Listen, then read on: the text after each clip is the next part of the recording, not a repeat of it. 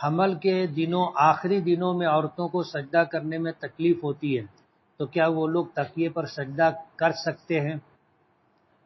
زمین پر سجدہ کرنے میں اگر واقعی دقت ہوتی ہو اور ایسی تکلیف ہو جو تکلیف مالا یطاق ہو، یعنی جس کا برداشت کرنا مشکل ہو، تو وہ کسی پٹرے کے اوپر سخت چیز پر سجدہ کر سکتے، تکیے پر نہیں۔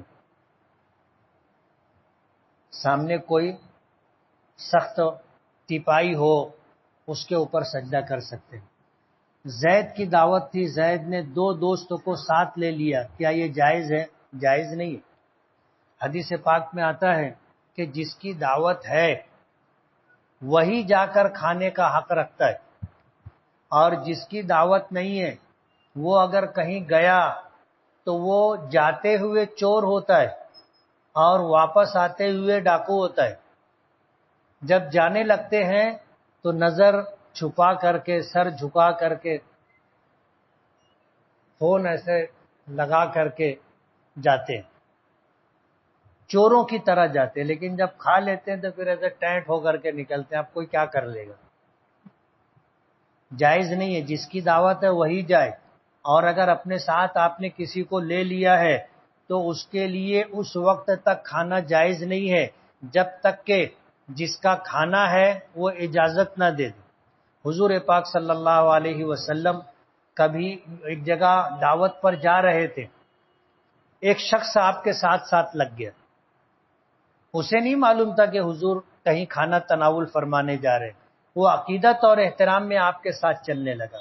جب اس شخص کے گھر پر آپ پہنچے جہاں دعوت تھی تو حضور نے فرمایا کہ آپ نے مجھے دعوت دی تھی، میرے ساتھ ساتھ یہ بھی آ گیا، اگر اجازت ہو تو یہ بھی ساتھ میں کھانا کھا لے۔ اس شخص نے اجازت دی تو حضور نے اس کو بھی دسترخوان پہ بٹھا لیا۔ تو ہم کو بھی اگر ہم جا رہے ہیں اور اپنے ساتھ کچھ لوگوں کو لے گئے تو جس کی طرف سے دعوت ہے اس سے جا کر کے اجازت لینی پڑے گی کہ میری تو دعوت ہے، ان کی ہے نہیں، یہ بے دعوتی ہے، آپ اجازت دے دو گے تو کھا لیں گے۔ وہ اگر اجازت دے دے تو کھا سکتے ہیں، نہیں تو واپس۔ کیا اللہ کے نبی گیروے رنگ کا کپڑا پہنے ہیں، اور گیروے رنگ کسے کہتے ہیں؟ یہ زعفرانی کلر جو ہوتا ہے، آج جس کو جو ہے اس سے ملتا جلتا بھگوا کلر ہوتا ہے، حضور کو یہ کلر پسند تھا، اور آپ نے ایک مرتبہ پہنا بھی تھا، لیکن بعد میں آپ نے یہ اس رنگ کا کپڑا مردوں کے لیے پہننے سے منع کر دیا۔ عورتیں پہن سکتی، مردوں کے لیے منع ہے۔ جب نماز پڑھ رہے ہوں اور حضور کا نام کوئی لے لے تو جواب دینا ہوگا کہ نماز سے فارغ ہو کر کے۔ حضور کا نام اگر کسی نے لیا ہے تو جواب نہیں دیا جاتا، کوئی جواب دیا جاتا ہے کیا؟ درود پاک پڑھا جاتا ہے، درود پاک، تو درود پاک پڑھ سکتے۔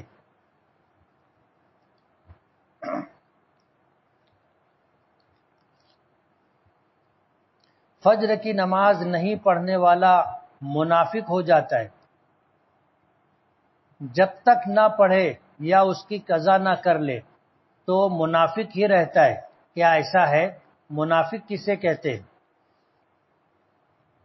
ایسے شخص کو منافق نہیں کہا جاتا، یہ آدمی گنہگار ہے، نماز کا چھوڑنے والا کبیرہ گناہ کا مرتکب ہے، لیکن اسے منافق نہیں کہا جائے گا۔ منافق کی 2 قسم ہوتی ہے، ایک نفاق قولی اور ایک نفاق عملی۔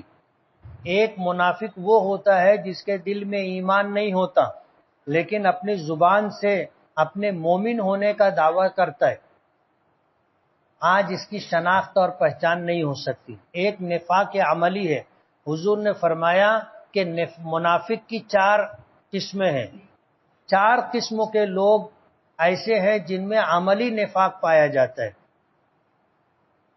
کہ جب بات کرے تو جھوٹ بولے، وعدہ کرے تو وعدہ خلافی کرے، امانت رکھی جائے تو اس میں خیانت کرے، اور جھگڑا کرے تو گالی دے۔ ایسا شخص منافق کہلاتا ہے۔ کفر اور شرک کے خیالات آتے رہیں نماز میں بھی تو کیا کریں؟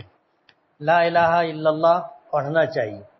جب اس طرح کے خیالات اور وسوسے آئیں تو فوراً لا الہ الا اللہ پڑھنا چاہیے.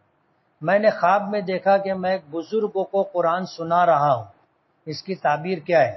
قرآن کریم پڑھنا یہ خیر کی علامت ہے، بھلائی کی بات ہے، اور مختلف صورتوں کی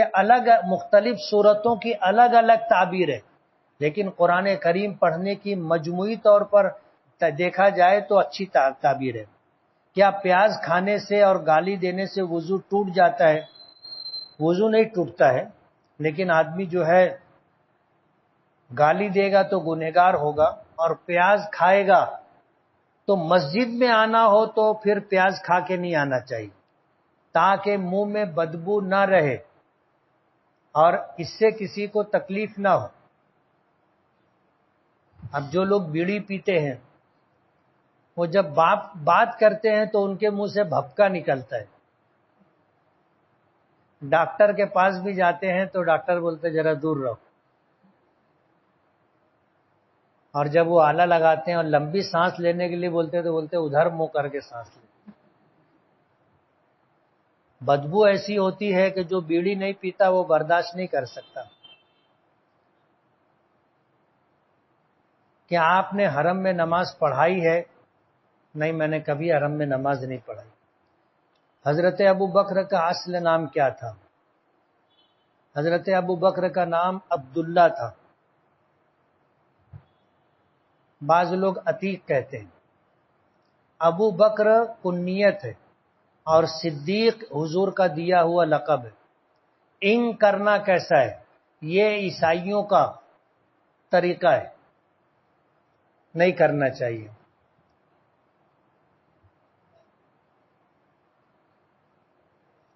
میں نے ایک جگہ پڑھا ہے کہ امام کے داہنی طرف نماز پڑھنے سے حافظہ تیز ہوتا ہے. کیا یہ بات صحیح ہے؟ کسی کا تجربہ ہوگا لیکن ایسا کہیں پڑھنے میں نہیں آیا. آمش، عائش، یعیش نام کے کیا معنی کیا ہے؟ آمش کے معنی کہتے چندھا. بعض لوگ گورے ہوتے اور آنکھوں کے بھویں اور پلکیں ان کی سفید ہوتی اور دھوپ دیکھ نہیں سکتے، آنکھیں ان کی چوندیاتی ہیں.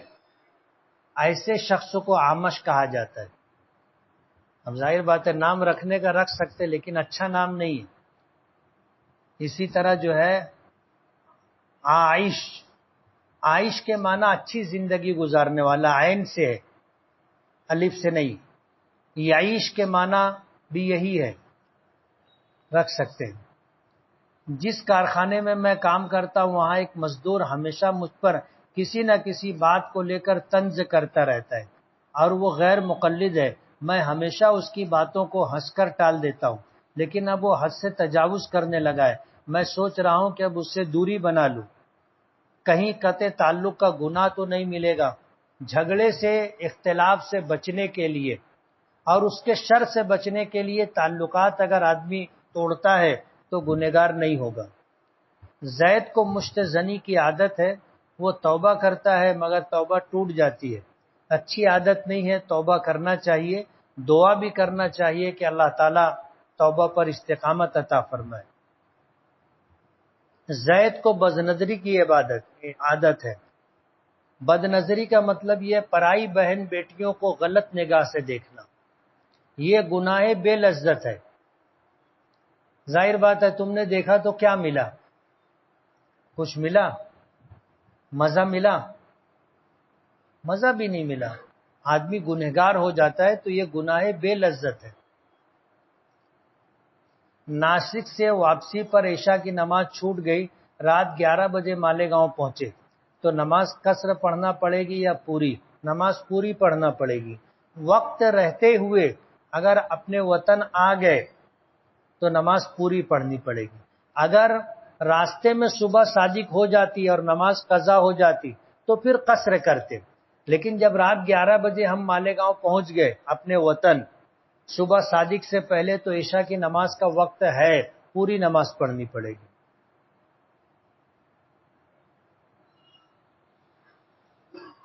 خواب میں بادشاہ کو زنا کرتے ہوئے دیکھے تو اس کی کیا تعبیر ہے؟ زنا ایک ایسی چیز ہے کہ اگر اس کو خواب میں آدمی دیکھتا ہے تو اس کی تعبیر اچھی بھی ہے اور اس کی تعبیر بری بھی ہے۔ اب اس کی جب تک تفصیل سامنے نہیں آئے گی اس کی تعبیر نہیں دیکھ سکتے۔ قرب قیامت کی سب سے آخری نشانی کیا ہوگی؟ سورج کا مغرب سے طلوع ہونا۔ مسجد میں اگر جماعت چھوٹ جائے تو فرض نماز گھر پر پڑھ سکتے ہیں کیا؟ مسجد میں جماعت چھوٹ گئی تو مسجد میں ہی پڑھ لو نا، گھر جاؤ گے تو ہو سکتا ہے گر جاؤ، نماز پڑھنے کا موقع ہی نہ ملے۔ 10 محرم اگر تسلسل کے ساتھ 3 جمعہ کو آ جائے تو کیا یہ قیامت کی نشانی ہوگی؟ ایسا نہیں۔ فرض نماز میں صرف آخری رکعت کا قاعدہ ملے تو اس میں کیا پڑھنا چاہیے؟ التحیات، درود شریف، دعائے معصورہ، کیا صرف التحیات پڑھیں گے؟ اگر ہماری ایک رکعت چھوٹ گئی ہے تو ہم قاعدہ اخیرہ میں صرف التحیات پڑھیں گے اور اس کے بعد خاموش رہیں گے، امام کے سلام پھیرنے کا انتظار کریں گے، امام سلام پھیرے گا اٹھ کر کے اپنی بقیہ نماز پوری کریں گے۔ حمزہ کو کس طرح پڑھیں گے اور کیسے پڑھیں گے؟ حمزہ کے اوپر کھڑا زبر ہو تو کس طرح پڑھیں گے؟ حمزہ کو جھٹکے کے ساتھ پڑھا جاتا ہے۔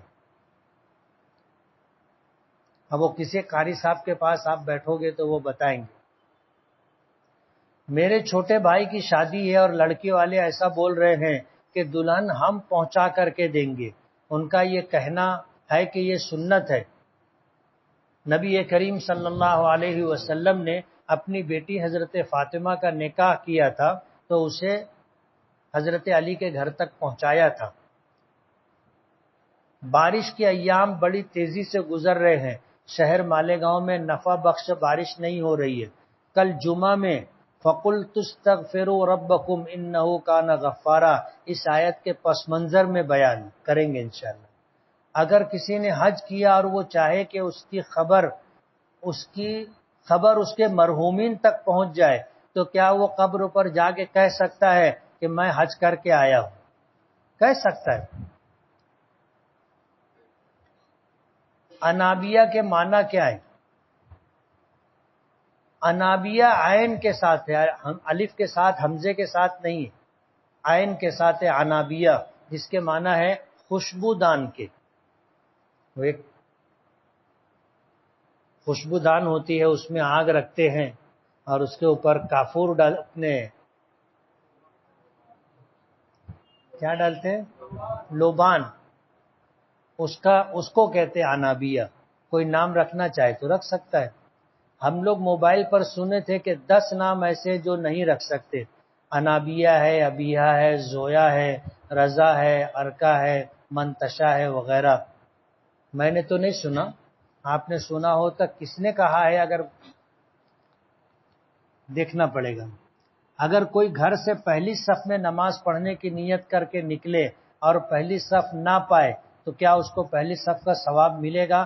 اگر اس کی نیت تھی اور وہ اس نیت کے ساتھ کوشش کیا لیکن پہلی صف میں جگہ نہیں ملی تو انشاءاللہ اس کو پہلی صف کا ثواب ملے گا۔ زید شادی شدہ ہے، زید کو مشتزنی کی عادت ہے، چھوڑنا چاہتا ہے، توبہ کرتا ہے لیکن ٹوٹ جاتی ہے، کچھ عمل بتائیں۔ بیوی ہے تو پھر مشتزنی کی کیا ضرورت ہے؟ عجیب بے وقوف آدمی۔ رات کے وقت اور جمعرات کے دن ناخن کاٹنا کیسا ہے؟ کاٹ سکتے ہیں۔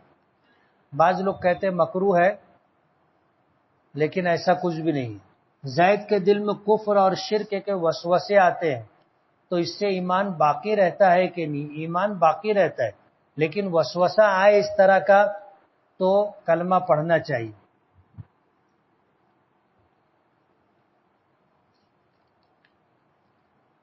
میں ایک مسجد کا امام ہوں اور میرا گھر لال مسجد کے پیچھے ہے۔ فجر کی نماز پڑھانے کے لیے جب مشرق سے مغرب کی سمت آتا ہوں تو تھوڑی تھوڑی دور پر کتوں کا مجمع ملتا ہے. کئی مرتبہ کتے دوڑا بھی چکے. آپ شہر کے ایم ایل اے ہیں، کارپوریشن انتظامیہ سے مل کر اس کا کچھ حل نکالیں. سپریم کورٹ نے کتوں کو مارنے سے منع کیا ہے. اگر کتوں کو مارا جائے گا، یعنی ان کو جان سے مارا جائے گا، تو کیس بن جائے گا. یہ دنیاوی قانون ہے. شریعت میں ہر اذیت دینے والی تکلیف کو، ہر اذیت دینے والی مخلوق کو، شے کو، مخلوق کو مار سکتے. ولی کس کو کہتے؟ ولی جسے اللہ نے ولایت کا مقام عطا کیا. دعا کرو کہ تم بھی اس مقام تک پہنچ جاؤ، میں بھی پہنچ جاؤں، تو پھر سمجھانا بھی نہیں پڑے گا، سمجھنا بھی نہیں پڑے گا، خود بخود آ جائے گا. 1 کروڑ مرتبہ درود شریف پڑھنے سے ولی بن کر موت آئے گی. کیا یہ بات صحیح ہے؟ ایسا کہیں لکھا نہیں.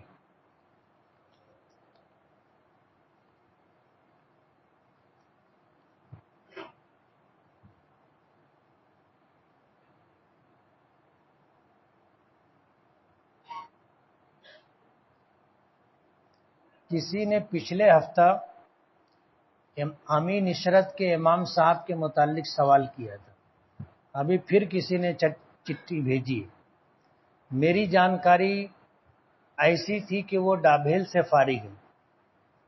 تو میں نے پچھلے ہفتہ یہ بات کہی تھی کہ وہ قاسمی اور مفتی نہیں ہیں.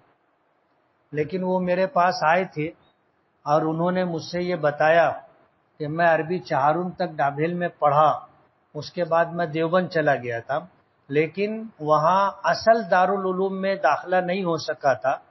تو جو دارالعلوم وقف ہے وہاں وہ داخلہ انہوں نے لیا تھا، تو وہ دارالعلوم وقف سے فارغ ہے، اسی لیے وہ اپنے آپ کو قاسمی کہتے ہیں.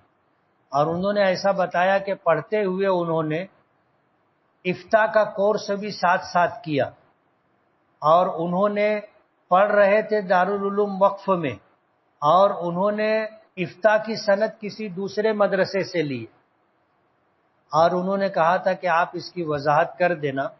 تو یہ چٹھی آئی تو مجھے یاد آ گیا. اس چٹھی میں کسی نے سوال یہ کیا ہے کہ امین عشرت کے امام صاحب 2017 میں مسجد میزاب رحمت میں امامت کر رہے تھے، تو پھر 2018 میں کیسے فارغ ہوئے؟ جبکہ مدرسے کا اصول اور قاعدہ ہے کہ جب فراغت ہوتی ہے اسی وقت سند دی جاتی ہے. ان کو 2018 میں کیسے سند ملی؟ یہ آپ ان سے ہی پوچھ لینا جنہوں نے سوال بھیجا ہے.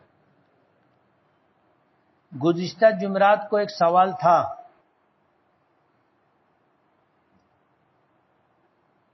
یہ وہی ہے امین عشرت کے امام صاحب کے متعلق.